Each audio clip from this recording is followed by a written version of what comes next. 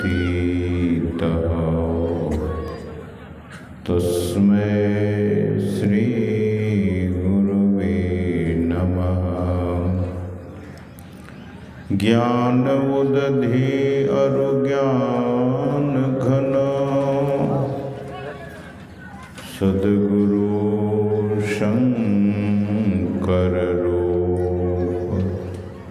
नमो नमो बहुवरहि सकल सुपूज्यन भूप।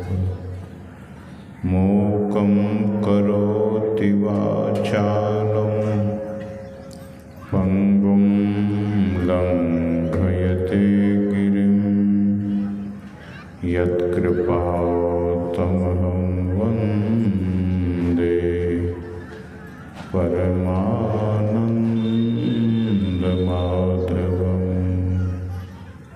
बोलिए श्री सद्गुरु महाराज की जय। माइक के इको को थोड़ा सा कम करिए।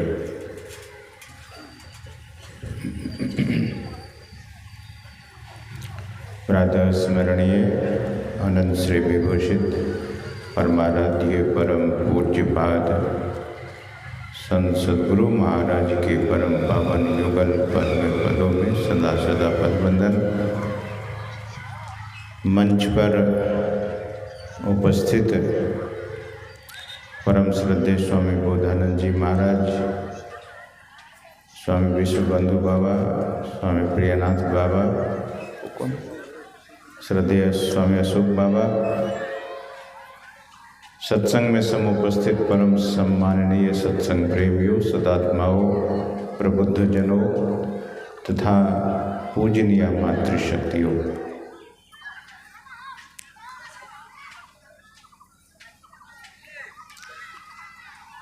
इस क्षेत्र के लोकप्रिय प्रोफेसर श्री लखनलाल बाबू, जो सुबह से इको थोड़ा सा और कम कीजिएगा, थोड़ा सा कम कीजिएगा। आपको सद्गुरु महाराज की महिमा पर पाठ करके सुनवाया है।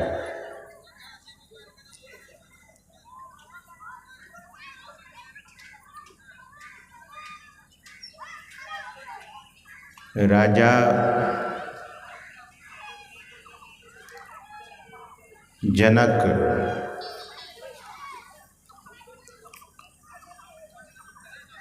जनकपुर है नेपाल में। वह समय कभी था जो भारत और नेपाल के बीच में कोई सीमा नहीं थी, कोई बॉर्डर नहीं था। दोनों देश एक ही था।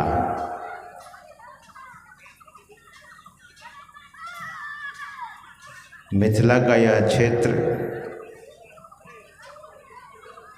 अभी भगवान राम के मंदिर का उद्घाटन हुआ। रामलला की मूर्ति स्थापित की गई है।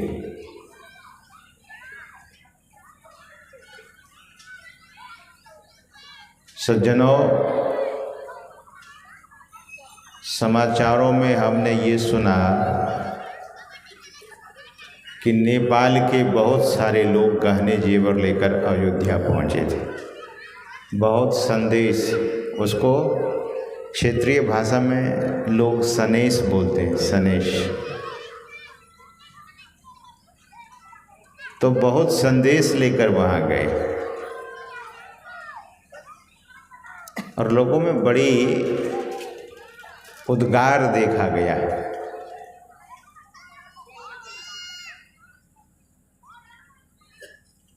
इस मिथिला नगरी की बहुत महिमा है।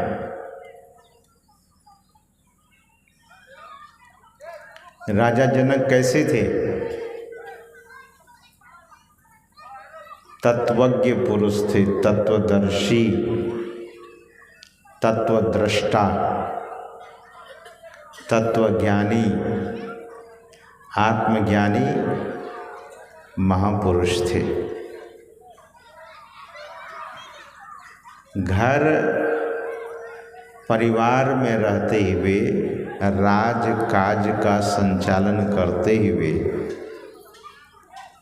आजकल के मंत्री लोग, ऑफिसर लोग, आजकल के धनवान लोग कहते हैं कि मेरे पास समय नहीं है। जो जिनके पास फैक्ट्रियां हैं वो कहते हैं महाराज मैं रात के 1 बजे 2 बजे तो सोता ही हूँ। किसके लिए इतना जगते हैं? रात्रि बनाया गया है, प्रकृति ने जो व्यवस्था दी है, प्रकृति की जो व्यवस्था है, the management of the creation is quite divine, बिल्कुल दिव्य व्यवस्था है। रात विश्राम के लिए दिया गया है, लेकिन लोगों ने कहा कि मुझे दुनिया में बहुत नाम करना है।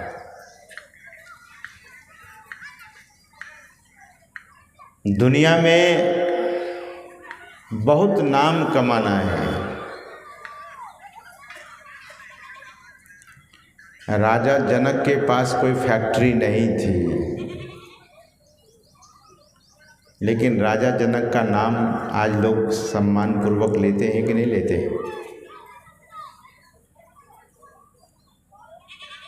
कितने फैक्ट्री वालों को याद रखा जाएगा?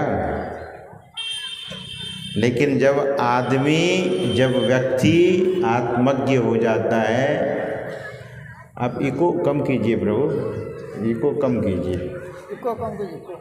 बहुत आवाज़ गूंजती है, लोग नहीं समझ पाएंगे, क्या फ़ायदा होगा? नहीं, हटाना नहीं है, इको कम कीजिए, बेस को बढ़ाइए, आवाज़ मीठी करिए।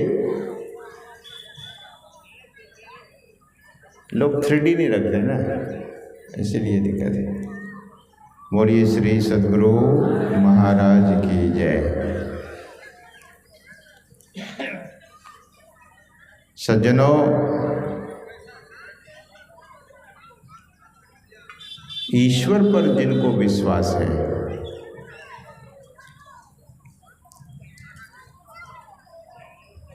ईश्वर पर विश्वास होगा, उनको सच्चे सद्गुरु मिल जाएंगे। आवाज़ क्या होता पता है?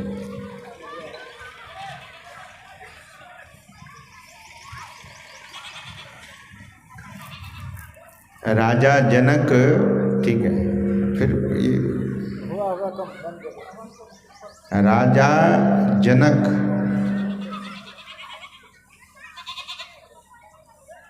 स्वर्ग के देवताओं को भी सत्संग सुनाने जाते थे। देखिए नेपाल के लोगों के क्या होता है पता नहीं, स्त्री नहीं रहता।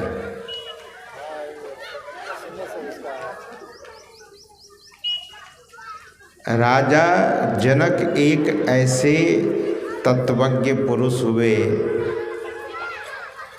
तत्व ज्ञान देने के लिए स्वर्ग भी जाया करते थे, और भगवान इंद्र उनका सम्मान करते थे। राजा दशरथ कैसे थे? जब इंद्रलोक जाते थे तो इंद्रलोक के जो राजा थे वे उठकर खड़े हो जाते थे, सम्मान में। ऐसे प्रतापी राजा हुए इस देश में।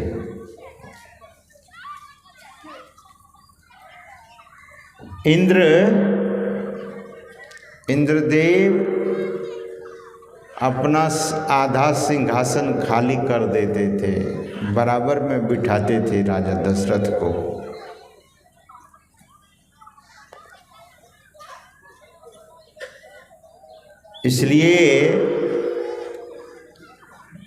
इसलिए नहीं कि बहुत बड़े राजा थे, चक्रवर्ती राजा थे, इसलिए राजा जनक आत्मज्ञानी महापुरुष थे। इसलिए इतिहास को जब उठाकर देखेंगे,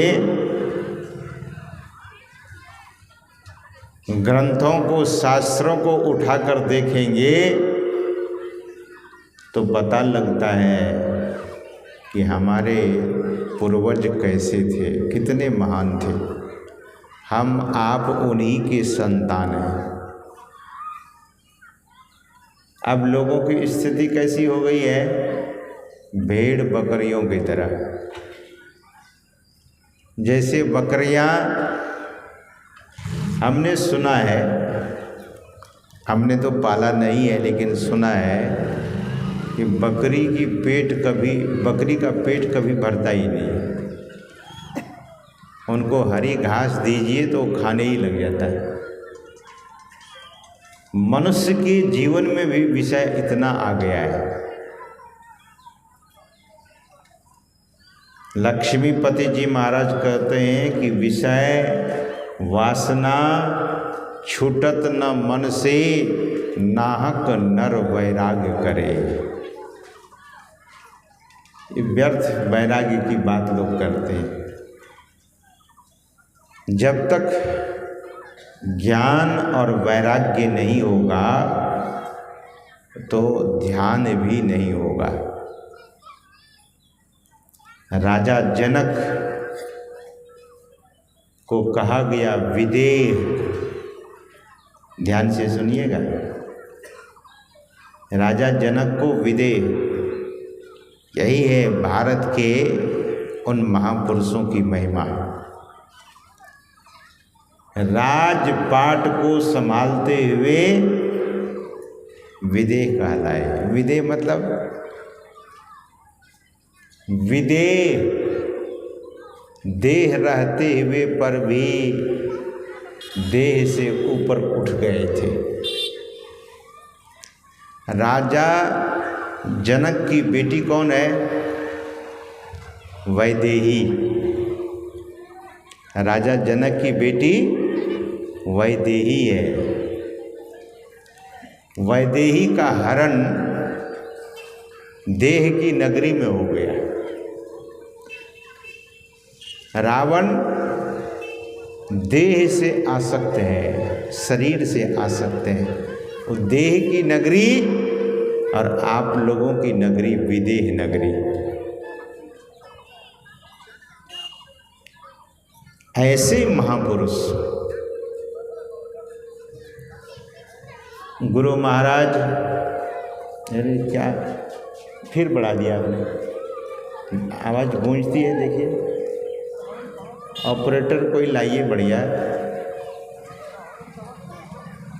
इको खत्म कीजिए।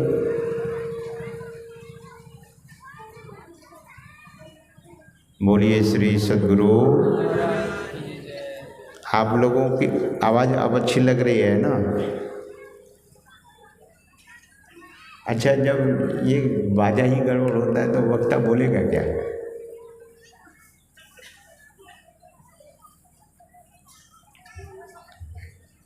तो मैं ये निवेदन कर रहा था कि सद्गुरु महाराज वह ज्ञान देने की कृपा की है। जो ज्ञान सतयुग में, जो ज्ञान त्रेता में, जो ज्ञान द्वापर में, वही दिव्य ज्ञान हम सबों को देने की कृपा की है।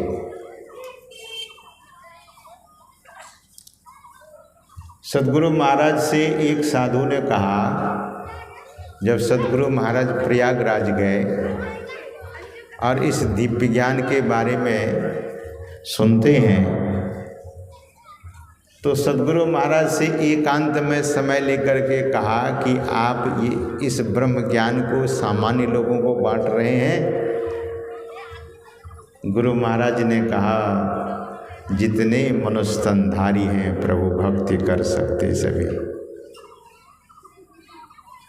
ऑक्सीजन लेने का अधिकार तो सबको है। श्वास जो लेते हैं, क्या लेते हैं? वैज्ञानिक लोगों को पूछिए, जो विज्ञान पढ़ा है उसको पूछिए, जो साइंस को पढ़ा है, who has study the science. The scientist और साइंस स्टूडेंट और साइंस रीडर जो भी है, उनको पूछिए कि श्वास लेते हैं तो क्या लेते हैं? ऑक्सीजन लेते हैं। छोड़ते हैं, क्या छोड़ते हैं? Carbon dioxide. गुरु महाराज ने कहने की कृपा की, श्वास लेने का अधिकार सबको है। उसी तरह से ब्रह्म ज्ञान लेने का अधिकार सभी को है। सब लोग ब्रह्म ज्ञान ले सकते हैं। सद्गुरु महाराज की बड़ी महती कृपा। इसलिए संत मत का सत्संगी बहुत दावे के साथ कहता है, मुझे अनुभूति होती है, ब्रह्म ज्ञान की प्राप्ति हुई सद्गुरु से और ब्रह्म ज्योति का दर्शन होने लगता है। ब्रह्म ज्योति, सद्गुरु महाराज क्या कहते हैं? ब्रह्म ज्योति धार धरी। ब्रह्म ज्योत की धार है, उसको धारण कीजिए। कौन धारण कर सकता है? जो सच्चे सद्गुरु की शरण में है, सच्चे सद्गुरु के चरणों को अपनाया है, पकड़ लिया है। मैं एक आपको संस्मरण सुनाता हूँ। कुप्पा घाट, महर्षि में ही आश्रम कुप्पा घाट जो सिद्ध पीठ है, जहाँ सद्गुरु महाराज जिनका पावन विग्रह हम आपके बीच में सुशोभित है, सद्गुरु महाराज वहाँ 6 महीने तक गुफा से बाहर नहीं आए, ज्ञान प्राप्त किया। सद्गुरु महाराज से एक सद्गृहस्थ व्यक्ति दीक्षा लिए थे और पेशा उनका क्या था? शिक्षण, यानी वे शिक्षक थे। पेशा उनकी शिक्षण था। ईमानदारी से बच्चों को पढ़ाता था। हमने देखा जो शिक्षक बच्चे को ठीक से नहीं पढ़ाया, उस शिक्षक का बेटा भी ठीक से नहीं पढ़ सका। ये देखा, मैं अपने आंखों देखी बात बता रहा हूँ। शिक्षक नाम रहा, अब तो ऐसा टाइट किया गया है कि शिक्षक लोग जब भी किसी शिक्षक से बात होती तो बोलते रहे के पाठक। सब लोग के पाठक का नाम लेते।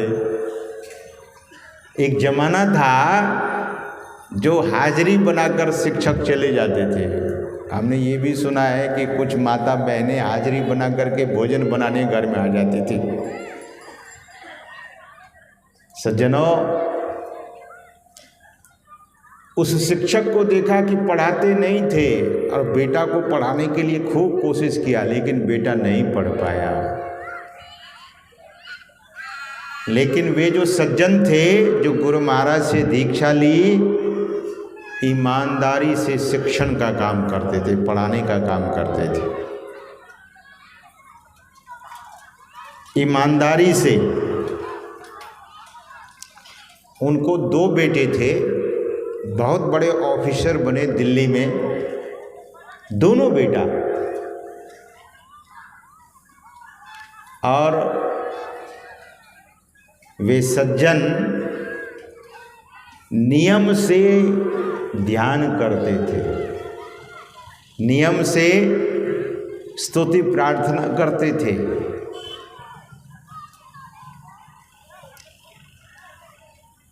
और मैं एक बार उनसे मिला तो मैंने पूछा उनसे, आपने जब से दीक्षा लिया है तो कभी ध्यान करना छूटा आपसे? उन्होंने कहा कि नहीं महाराज, मुझसे ध्यान कभी नहीं छूटा। ये सद्गुरु महाराज की महती कृपा, मैं कभी ध्यान करना नहीं छोड़ा, कभी एक दिन भी बिना ध्यान किए नहीं रहा। ऐसे सज्जन। उनको जब शरीर छोड़ने का समय आया, वे जब इस दुनिया से जाने की तैयारी की तो लोगों से कह दिया कि मैं अब इस दुनिया से अगले इस रविवार को, जैसे आज रविवार है तो बोले कि मैं अगले रविवार को शरीर छोड़ूंगा। लोगों ने पूछा कि रविवार ही क्यों? बोले मेरे गुरु महाराज भी रविवार को शरीर छोड़े थे, इसलिए मैं भी वही उसी दिन छोड़ूंगा। 8 दिन पहले उसने बता दिया। इतनी भीड़ हो गई उनके दरवाजे पर 8वें दिन कि कैसे शरीर छोड़ेंगे। और जब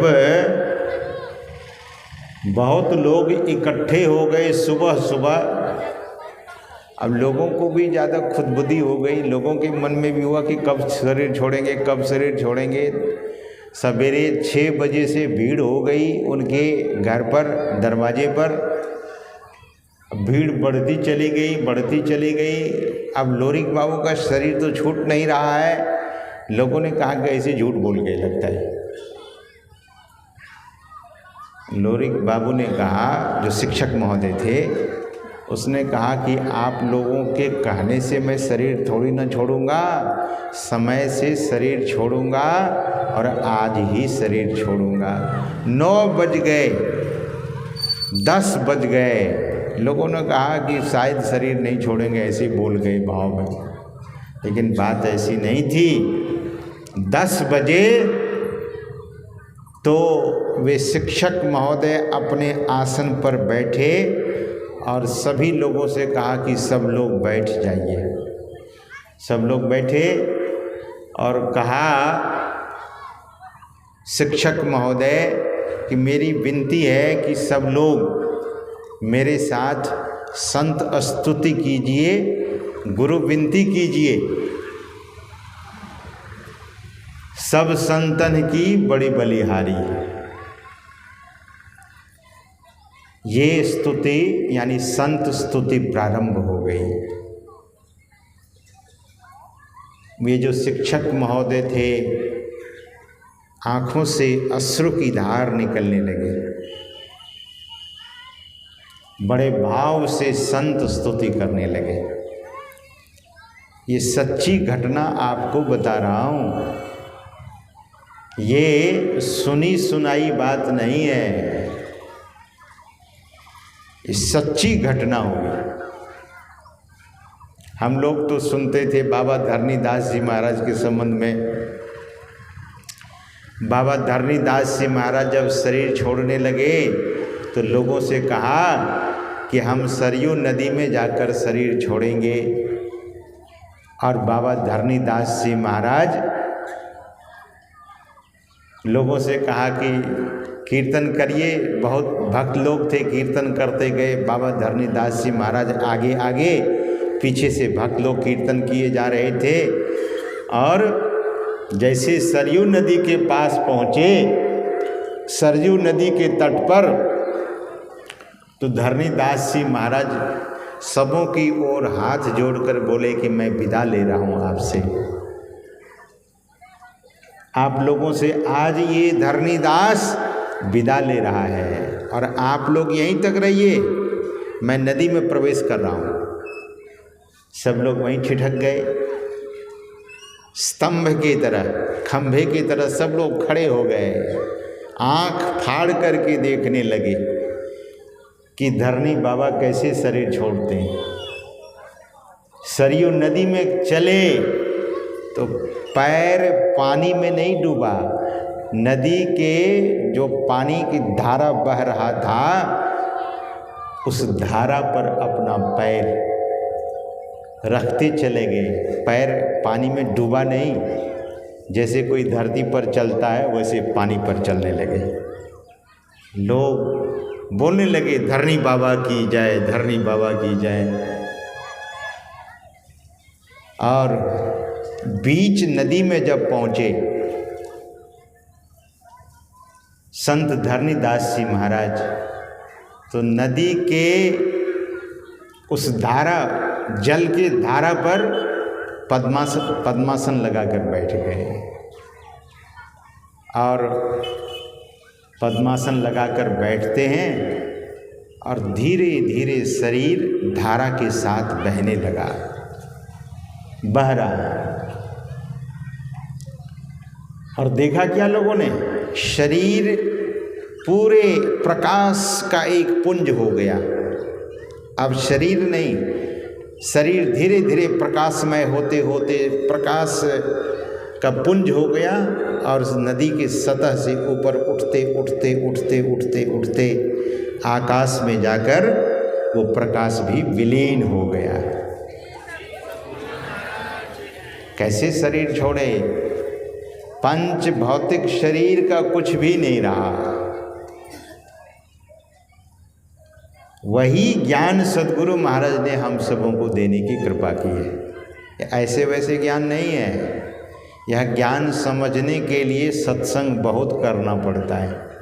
जो सत्संग में बैठेंगे, सत्संग को खूब आनंद मन से सुनेंगे, श्रद्धा से सुनेंगे और दीक्षा लेकर निष्ठापूर्वक ध्यान सत्संग करेंगे तो उनके जीवन में भी यही बात होगी। शरीर तो छूटना है, लेकिन मृत्यु के भय से छूट जाएंगे पहले ही। तो वे शिक्षक महोदय बैठ गए ध्यान में, स्तुति प्रार्थना शुरू हुई। सब लोग स्तुति प्रार्थना गा रहे थे।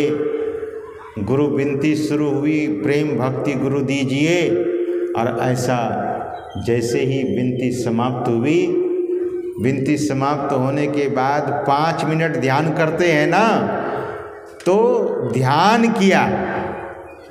ध्यान करने के साथ साथ ही वे शिक्षक महोदय बोले, सबसे बोलिए श्री सद्गुरु महाराज की जय। ऐसा उसने कहा और ऐसा कहकर उनका शरीर लुढ़क गया और लोरिक बाबू गुरुधाम को पधार गए। ध्यान की महिमा, सच्चे सद्गुरु की शरण लेने की महिमा, गुरु भक्ति करने की महिमा। सज्जनों, यही अध्यात्म ज्ञान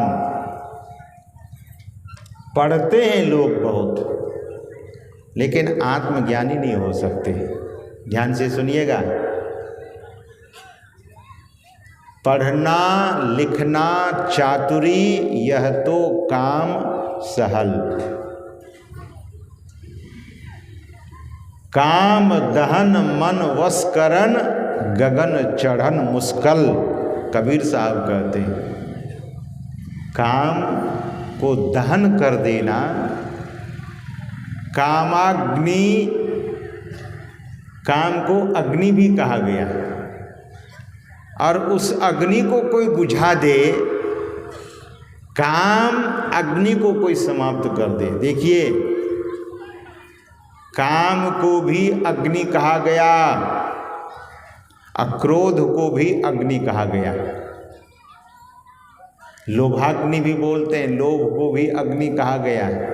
ध्यान से सुनिएगा, जिस व्यक्ति के भीतर में आग जल रही है काम की, क्रोध की, लोभ की, उसके भीतर में कभी शांति होगी? जिनके भीतर में अग्नि जल रही है, जली जा रही है अग्नि। इसलिए काम क्रोध मद लोभ के नहीं वेग सतावै, सब प्यारा परिवार अरु संपत्ति नहीं भावै। हमारे प्रहलाद बाबू गुरु महाराज के बहुत अनन्य भक्त हैं। रात में बैठे थे, बोले पूरा परिवार संपन्न है, लेकिन अब मेरी संपत्ति मेरा धन सद्गुरु महाराज है।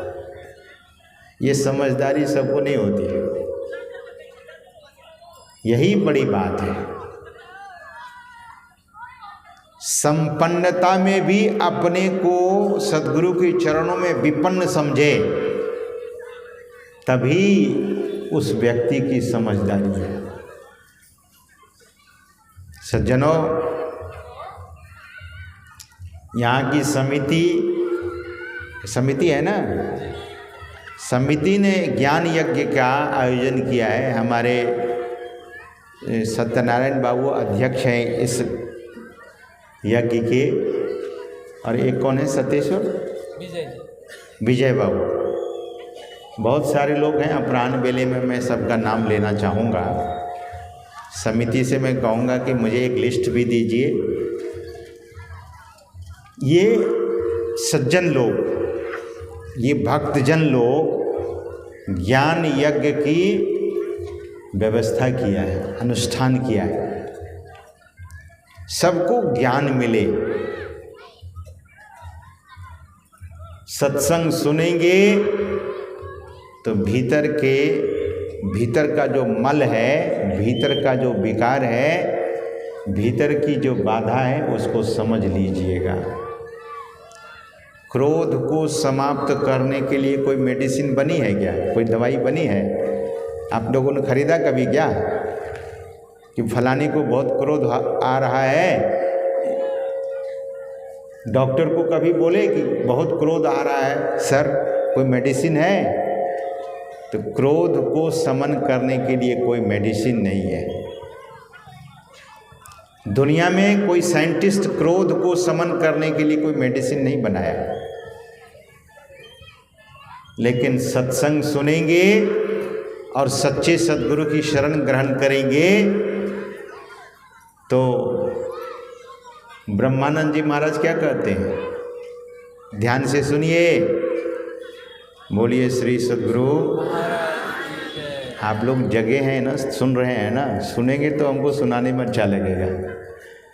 ब्रह्मानंद जी महाराज कहते हैं, काम क्रोध मद लोभ लुटेरे। ये काम क्रोध मद लोभ लुटेरा है, लुटेरा। बड़े बड़े को लूटा। आप लोगों में से भी बहुतों को लूटा होगा काम क्रोध। ये लुटेरा है, आपके शीलता को लूट लेता है, आपके धैर्य को लूट लेता है,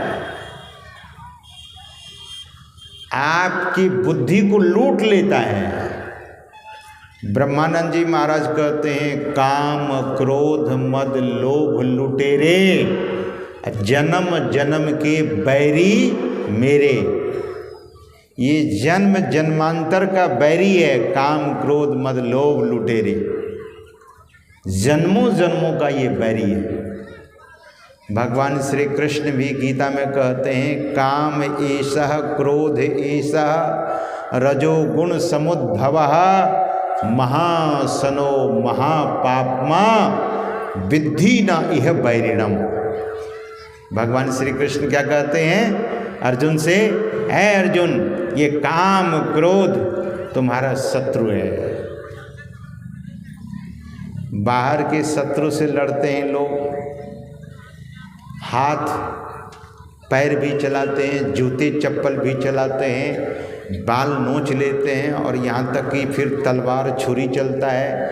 आजकल का ज़माना तो पिस्टल का है, लोग पिस्टल निकाल लेते हैं, कितनी लड़ाई हो जाती है। फिर लड़ाई के बाद मुकदमा होता है, केस मुकदमा होता है, फिर कोर्ट कचहरी जाते जाते लोगों का चप्पल जूता घिस जाता है। किस कारण हुआ ये सब? काम क्रोध के कारण, काम क्रोध के कारण। सज्जनों, भगवान कहते हैं महासनो महापापमा, ये पापी है। कौन? काम क्रोध लोभ।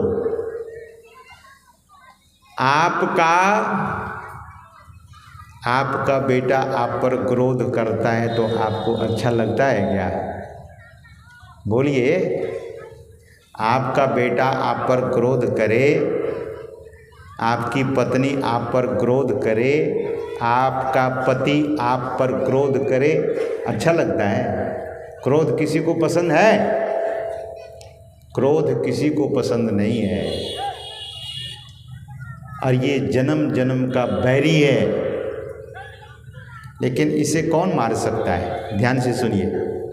ब्रह्मानंद जी महाराज कहते हैं, गुरु सबको दीन्हा मारी रे, गुरु चरण कमल बलिहारी रे। सद्गुरु ही मार सकते हैं काम क्रोध लोभ को। इसीलिए सद्गुरु की शरण में है। इसीलिए भगवान शंकर कहते हैं, न गुरोर्धिकम कश्चिन त्रिषु लोकेषु विद्यते।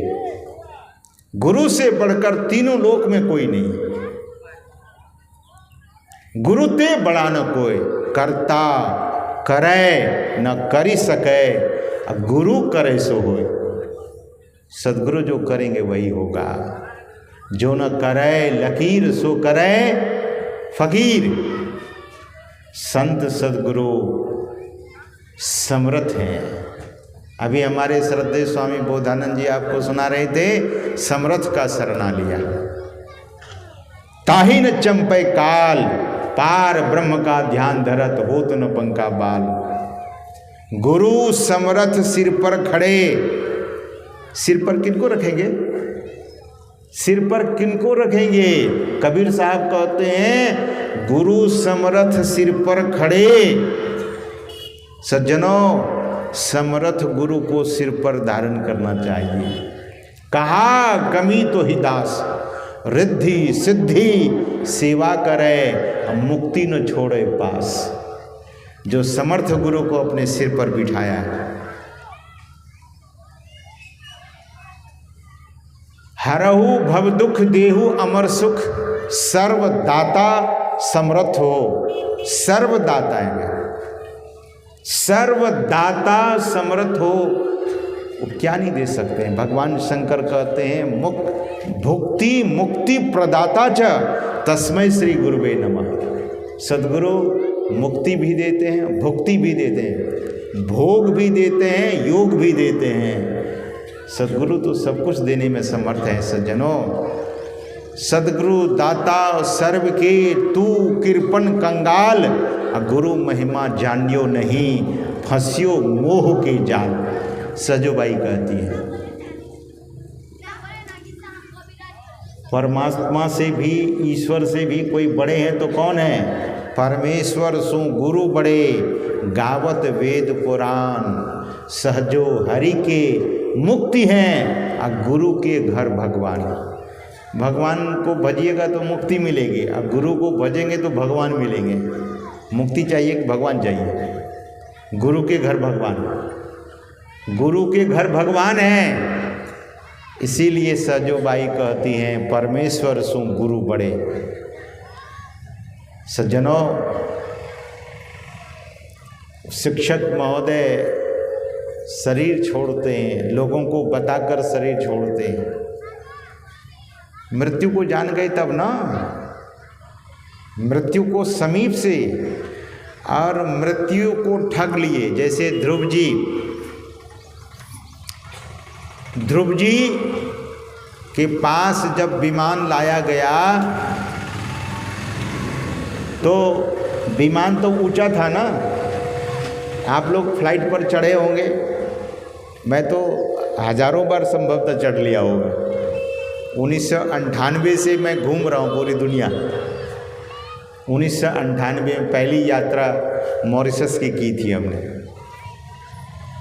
तभी से तो विमान तो ऊंचा होता है, विमान पर चढ़ने के लिए सीढ़ी चाहिए।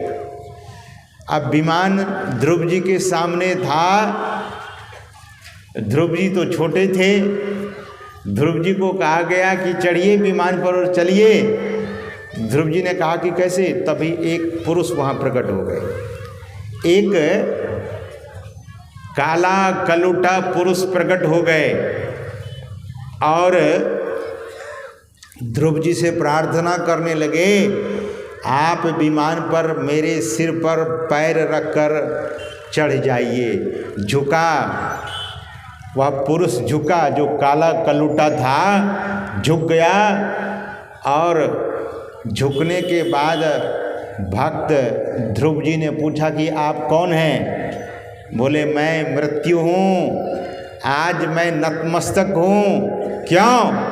इसलिए नतमस्तक हूँ कि आपकी सद्गुरु देवर्षि नारद जी महाराज ने जो ज्ञान दिया, आज मृत्यु भी आपके सामने हाथ जोड़कर खड़ी है।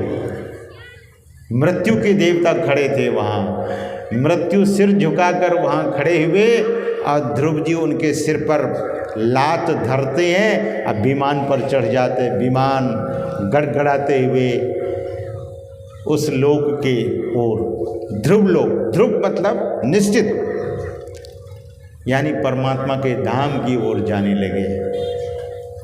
सज्जनों, जब यह जीव गुरु के शरण में जाता है तो दुनिया से जब जाने लगता है तो मृत्यु के सिर पर पैर रख करके चला जाता है। ऐसा तो सद्गुरु की महिमा बहुत है। राजा जनक के प्रसंग को मैं सुना रहा था। राजा जनक कितने धर्मज्ञ और धर्मशील हैं। याज्ञवल्क्य जी महाराज उनके गुरु थे, याज्ञवल्क्य जी महाराज। तो राजा जनक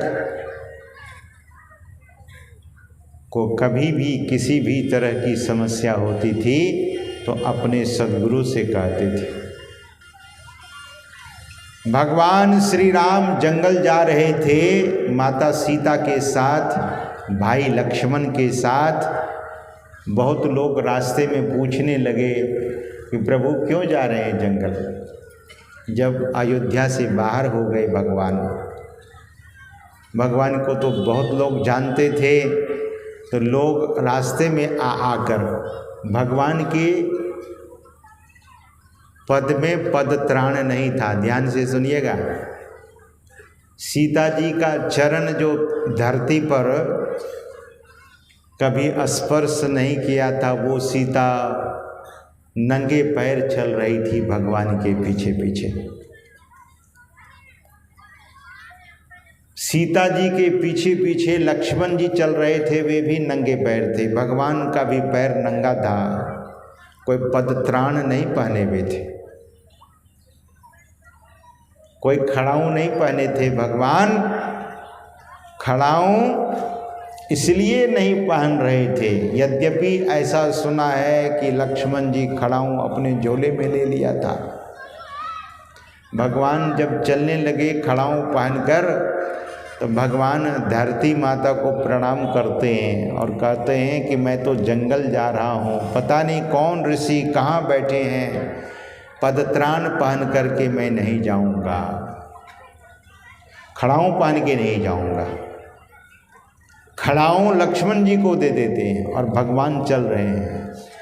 यह जो खड़ाऊ उतार दिया भगवान ने, तो भरत जी ने विनती किया धरती माता से कि तुम इतना कोमल हो जाना कि मेरे प्रभु के पैर में कहीं कांटा और कुसा न चुभे।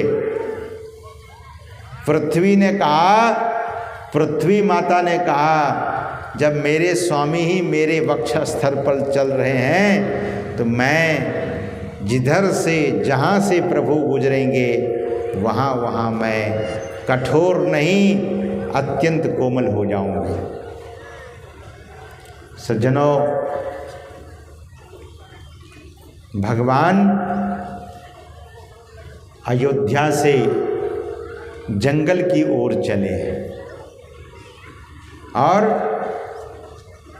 ऋषि मुनियों के आश्रम के बगल से जब चलते हैं तो ऋषि मुनियों का दर्शन करने जाते हैं।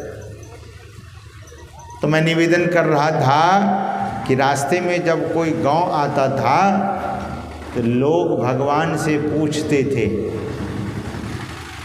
भगवान से ये पूछते थे कि आप अवध छोड़कर क्यों जा रहे हैं। उस समय आज तक और स्टार न्यूज, जी न्यूज और इंडिया टीवी वगैरह नहीं था जो न्यूज हर जगह फैल गया होता था। नहीं, टेलीफोन का युग नहीं था। तो लोग भगवान से पूछते थे कि आप क्यों जा रहे हैं, तो भगवान मौन रहते थे। इस पर एक महापुरुष ने कहा कि लोगों से अपनी व्यथा भगवान नहीं सुनाते हैं, अपने घर के दुखड़े को नहीं सुनाते हैं, अपने घर की झंझटों को नहीं सुनाते हैं। और यही तो गड़बड़ी हो गई है। लोग सत्संग जो नहीं सुनते हैं तो अपनी घर की भी बात 10 लोगों के बीच में सुना आते हैं। तब होता क्या है, जिनको सुनाते हैं आप, फिर आपकी निंदा उल्टे हाथ पे करते हैं। देखो उसके घर में ऐसा हो गया। इसीलिए रहीम कवि भक्त थे। रहीम कवि भगवान श्री कृष्ण के भक्त थे। रहीम केवल कवि नहीं थे, रहीम भक्त भी थे।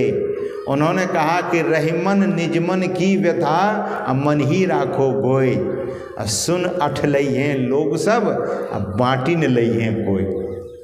लोगों को सुनाएंगे तो लोग अठ लाएंगे, हाँ अब ये इसकी देखो क्या हाल हुआ, घर में तमाशा चल रहा है। इसलिए रहीमन निजमन की व्यथा, अपने मन की व्यथा को मन ही राखो गोय, मन ही में रखिए। और समाधान करना हो तब कहाँ कीजिए, बोले गुरु के पास, सदगुरु के पास समाधान ढूंढिए। राजा जनक जैसे तत्वज्ञानी पुरुष भी, आत्मज्ञानी पुरुष भी, जो कुछ कहना होता था अपने सदगुरु को कहा करते थे, लोगों को नहीं कहते थे। लेकिन आजकल लोग कहाँ जाके कहते हैं, थाना में जाकर कहते हैं। माफ़ कीजिएगा कोई दरोगा जी यहाँ होंगे तो थाना में जाके सुनाते हैं अपनी बात, ऐसा ऐसा ऐसा ऐसा, लिखिए ना केस लिखिए ना। कहाँ सुनाते हैं? और दरोगा जी खुद ही परपंच में पड़े हुए, वो कहाँ से उल्टा देंगे सब बात को। इसीलिए सज्जनों, सच्चे सुलझे हुए महापुरुष के पास जब आप अपनी बात को रखेंगे तो महापुरुष के प्रभाव से वह जो विघ्न बाधा आया है वो समाप्त हो जाएगा। भगवान को जब ऋषियों ने पूछा, संतों ने पूछा कि प्रभु आपका जाना, तो भगवान ने कहा कि आप तो जानते ही हैं कि मेरा आना इस धरती पर किस काम से हुआ है।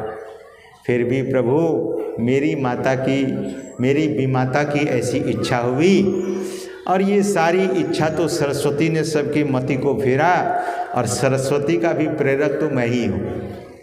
लीला मुझे करनी है, राक्षसों का उद्धार, राक्षसों का वध करना है, राक्षसों को दंड देना है, और सज्जन साधु संतों को त्राण देना है। परित्राणाय साधूनां विनाशाय च दुष्कृतां धर्म संस्थापनार्थाय संभवामि युगे युगे। I have come on this earth to destroy the demon. राक्षसों का नाश करने में आया हूँ और महापुरुषों को त्राण देने आया हूँ। सज्जनों, राजा जनक के एक छोटा सा प्रसंग को मैं सुनाकर अपनी वाणी को विराम दूंगा, क्योंकि दीक्षा भी होनी है। वैसे मैं कह रखा हूँ कि 10 के अंदर हमारे प्रोफेसर लखनलाल बाबू कह रहे थे कि आज 10 से ऊपर आप बोलिए, तो मैं कह रहा था कि 10 के अंदर ही हो जाए तो ज़्यादा अच्छा है। दीक्षा भी होनी है, उसमें भी समय लगता है, और हम लोगों का काम बैठना ही बैठना है। सुबह 3 बजे से बैठते बैठते रात के 10 बजे तक बैठते हैं, बैठना ही होता है। तो सज्जनों, ये बैठना बहुत मेहनत का काम है। तो राजा जनक, मैं संक्षेप में सुना रहा हूँ, बहुत विस्तार प्रसंग है, लेकिन संक्षेप में सुनाता हूँ, क्योंकि मिथिला के सब आप लोग हैं। मिथिला के लोग मिथिला की बात नहीं जाने तो ये भी एक शर्म की बात हो गई। राजा जनक के बारे में जरा जानिए। मैं सुना रहा था कि राजा जनक जाते थे कहाँ? स्वर्ग में सत्संग सुनाने के लिए, तत्व ज्ञान का उपदेश देने के लिए। तो होता है ना, बहुत देवता लोगों ने देखा कि इस धरती पर से मृत्यु लोक से आकर यहाँ सम्मान पाते हैं। तो शनि देवता ने इंद्र से कहा, भगवान इंद्र से कहा कि मैं इससे शास्त्रार्थ करना चाहता हूँ। किससे? राजा जनक से। क्यों? क्योंकि मुझे कुछ संशय है। ये सद्गुरु की बहुत बड़ाई करते हैं और हम देवताओं की उतनी बड़ाई नहीं करते हैं।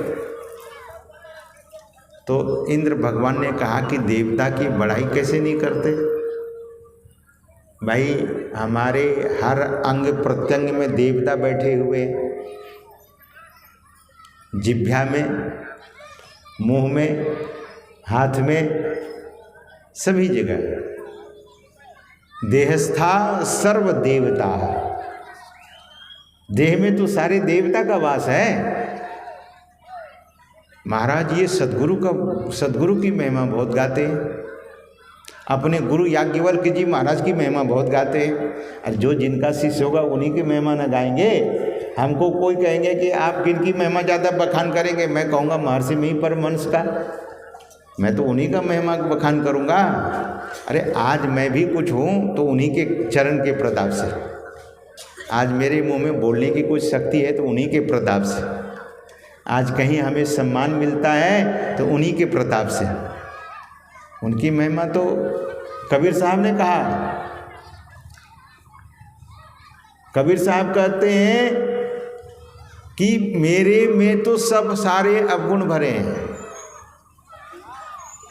और आप गुण के सिरमौर हैं। तेरे ही प्रताप से, आपके ही प्रताप से आदर पाऊं ठौर, आदर भी और मेरा ठौर है तो आपकी कृपा से।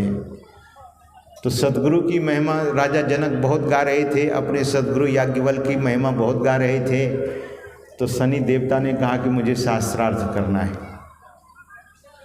तो राजा जनक से भगवान इंद्र ने कहा कि ये कुछ पूछना चाहता है, शास्त्रार्थ करना चाहता है। तो शास्त्रार्थ होने लगी। मैं संक्षेप में सुना रहा हूँ। तो शास्त्रार्थ में हार गए। गुरु शब्द का निरूपण और गुरु महिमा का की व्याख्या, गुरु महिमा को मंडित कर दिया राजा जनक ने, और गुरु से कोई बढ़कर नहीं है। तो शनि देवता को हर तरह से परास्त कर देते हैं राजा जनक जी, और शनि देवता परास्त हो गए। जो हारता है, अज्ञानी होगा तो उसको बहुत दुख होता है, और जो ज्ञानी होता है उसको दुख नहीं होता। सज्जनों, आप क्रिकेट का मैच तो देखते ही होंगे। जब एक टीम हार जाती है, एक टीम जीत जाती है, तो हारे हुए को सबसे गले में गले मिलवाती है वो कंपनी जो है। सब गले में गले मिलिए, हारे हैं तब भी गले में मिलना पड़ेगा, हाथ मिलाना पड़ेगा। शनि देवता जो हार गए तो कहा कि इसका बदला मैं लूँगा। चले गए राजा जनक के बगीचा में, और वो बगीचा इतना दिव्य था कि अप्सराएं भी स्वर्ग से उतरकर फूल तोड़कर ले जाती थी स्वर्ग लोक, ब्रह्मलोक, शिवलोक। राजा जनक का जो बगीचा था कोई साधारण नहीं था, जहाँ देवांगनाएं आती थी, लेकिन एक वहाँ बाउंडेशन था कि उस बगीचा में केवल नारी ही जा सकती थी, पुरुष नहीं। पुरुष जाए तो हो सकता कोई गड़बड़ी हो जाए, क्योंकि अप्सराएं आती थी। तो सज्जनों, वे शनि देवता कुपित हो गए और कहा कि इनको तो इनका फूल सभी जगह जाता है, सब लोग पूजित होते हैं, सम्मानित होते हैं, राजा जनक को बहुत पुण्य होता है, ये पुष्प चढ़ाना कोई साधारण बात नहीं है। और चढ़ाने का भाव कैसा है वो पता नहीं। अगर भाव से पुष्प चढ़ाएंगे अपने इष्ट को, तो शास्त्र तो कहता है कि शीघ्रम ऐश्वर्यम भवेत्। शास्त्र कहता है कि शीघ्र ही ऐश्वर्य की प्राप्ति होगी, लेकिन किस भाव से चढ़ाया जाता है। हमने तो देखा लोग ऐसे उठा करके जोर से फूल फेंक देते हैं। एक बार कुप्पा घाट में गुरु पूर्णिमा हो रहा था, तो पूज्यपाद महर्षि संतसेवी परमहंस जी महाराज ने कहा लोगों से, मुख्य सेवक थे, पट शिष्य थे, उन्होंने कहा कि समय अधिक हो गया है, गुरु महाराज को हम लोग ले जा रहे हैं, वहीं से सभी लोग प्रणाम कर लें। आषाढ़ का महीना होता है ना, तो बेल उस समय पका हुआ होता है, बहुत भक्त लोग बेल लेकर के आए थे। और जब गुरु महाराज जाने लगे तो सोचे अब दूर से ही प्रणाम करना है, तो बेल ही फेंकने लगे गुरु महाराज पर। अब बताइए ये कौन सी पूजा है? बेल फेंकेंगे तो सिर फूटेगा कि नहीं फूटेगा? तो लोगों को समझ होनी चाहिए। पुष्प जैसे यहाँ बहुत माता बहनें प्रसाद चढ़ाई हैं, तो श्रद्धा से जब भी हम कुछ अर्पण करें तो निष्कामता से, अपूर्ण श्रद्धा से ये चढ़ाना। जब आप कुछ अर्पण करते हैं तो ये कोई साधारण बात नहीं है, लेकिन चढ़ाइए तब, या तो शुरू में या अंत में। अब बीच में सत्संग चल रहा है, आज चढ़ा रहे हैं और वहीं पर घूम घाम रहे हैं, तो फिर ध्यान पड़ता है। तो सज्जनों, राजा जनक के बगीचा को जला दिया, शनि देवता ने को दृष्टि डाली और पूरा बगीचा राख हो गया। राजा जनक को खबर दी गई, तो राजा जनक अपने सद्गुरु के पास गए, याज्ञवल्क्य जी महाराज के पास, और उनसे निवेदन किया कि ऐसा ऐसा हो गया। तो सद्गुरु ने कहा, याज्ञवल्क्य जी महाराज ने कहा कि कोई ऐसा धर्मात्मा पुरुष हो जो कच्चा घड़ा और कच्चा धागा समझे, जो हाथ में लोग बांधते हैं, कच्चे धागा से कच्चे घड़े में बांध करके आपकी बगीचा में जो कुआं है उससे पानी भरे और छिड़क दे तो पूरा बगीचा हरा हो जाएगा। तो कच्चा घड़ा जो मिट्टी का होगा, पानी में डालेंगे तो वो रहेगा क्या? बहुत लोगों ने कोशिश किया, उसके बाद बहुत राजाओं को बुलाया,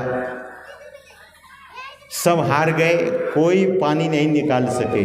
अंत में राजा दशरथ के यहाँ खबर भेजी गई, चिट्ठी भेजी गई। राजा दशरथ को जब चिट्ठी दी गई तो वे भी पढ़े, चिट्ठी को पढ़वाते अपने मंत्री से बोले ये काम तो बड़ा कठिन है, देखो मैं तो अधर्म नहीं किया हूँ, लेकिन हो सकता है अगर हम पानी ना निकाल सकें कच्चे घड़े से, कच्चे धागे के साथ, तो फिर तो बहुत मुश्किल हो जाएगा। अब उनको ये बात बड़ा खल गई और खाना पीना छोड़ दिया। 7 दिन बीत गए।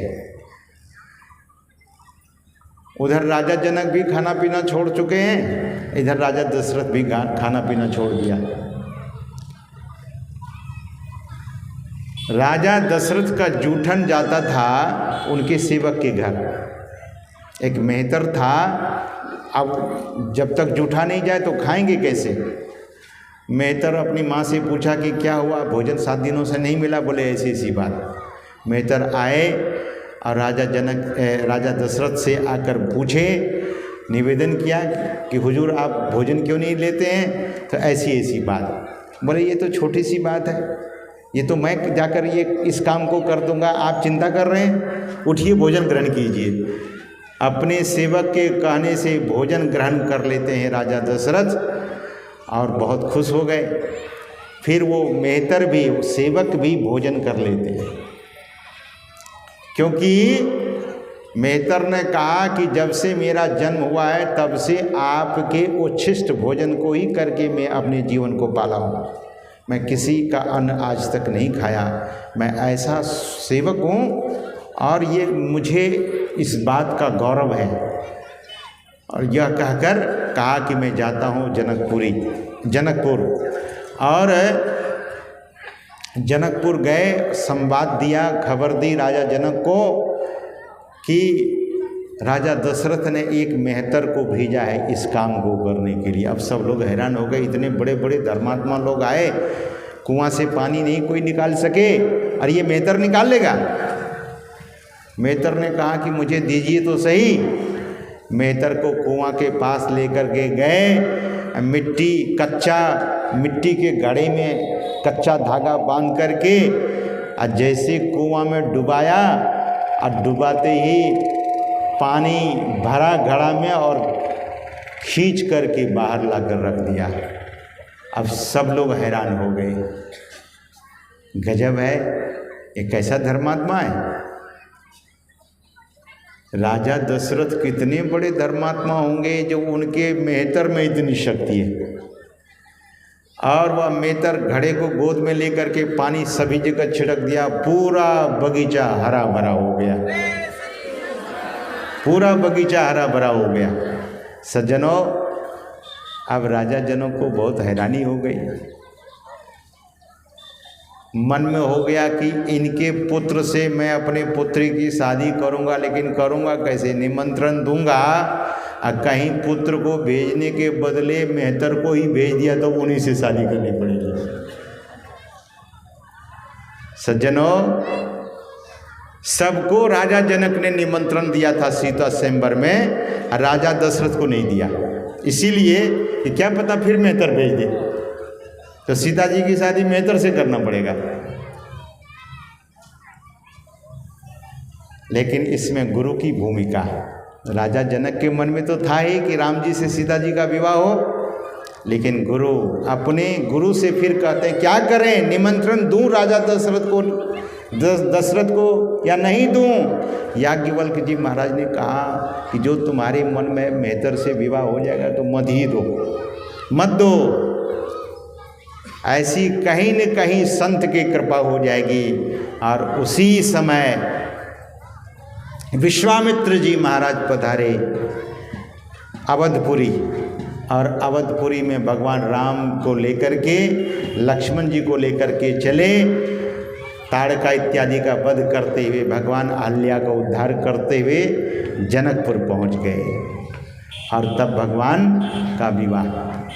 सज्जनों, गुरु की भूमिका हर जगह, गुरु नहीं होंगे तो संसार में काम संपन्न नहीं होगा। भौतिक दुनिया में भी देखिए, अगर शिक्षक नहीं होंगे, ये शिक्षा गुरु नहीं होंगे तो हम लोग शिक्षा पा सकते क्या।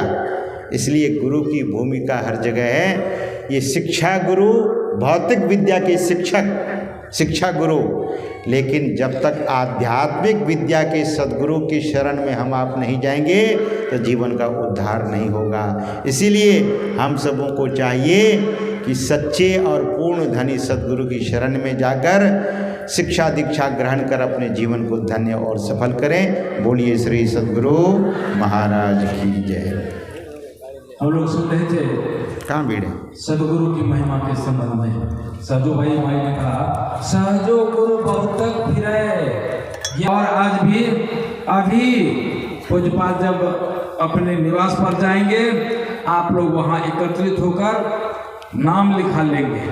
और कहा था कि स्नान करके बिना भोजन किए, पवित्र वस्त्र पहनकर कुछ प्रसाद माला आदि के साथ वहाँ पर पहुँचेंगे और पूज्यपाद के द्वारा दीक्षा दी जाएगी। बोलिए प्रेम से श्री सद्गुरु महाराज की जय।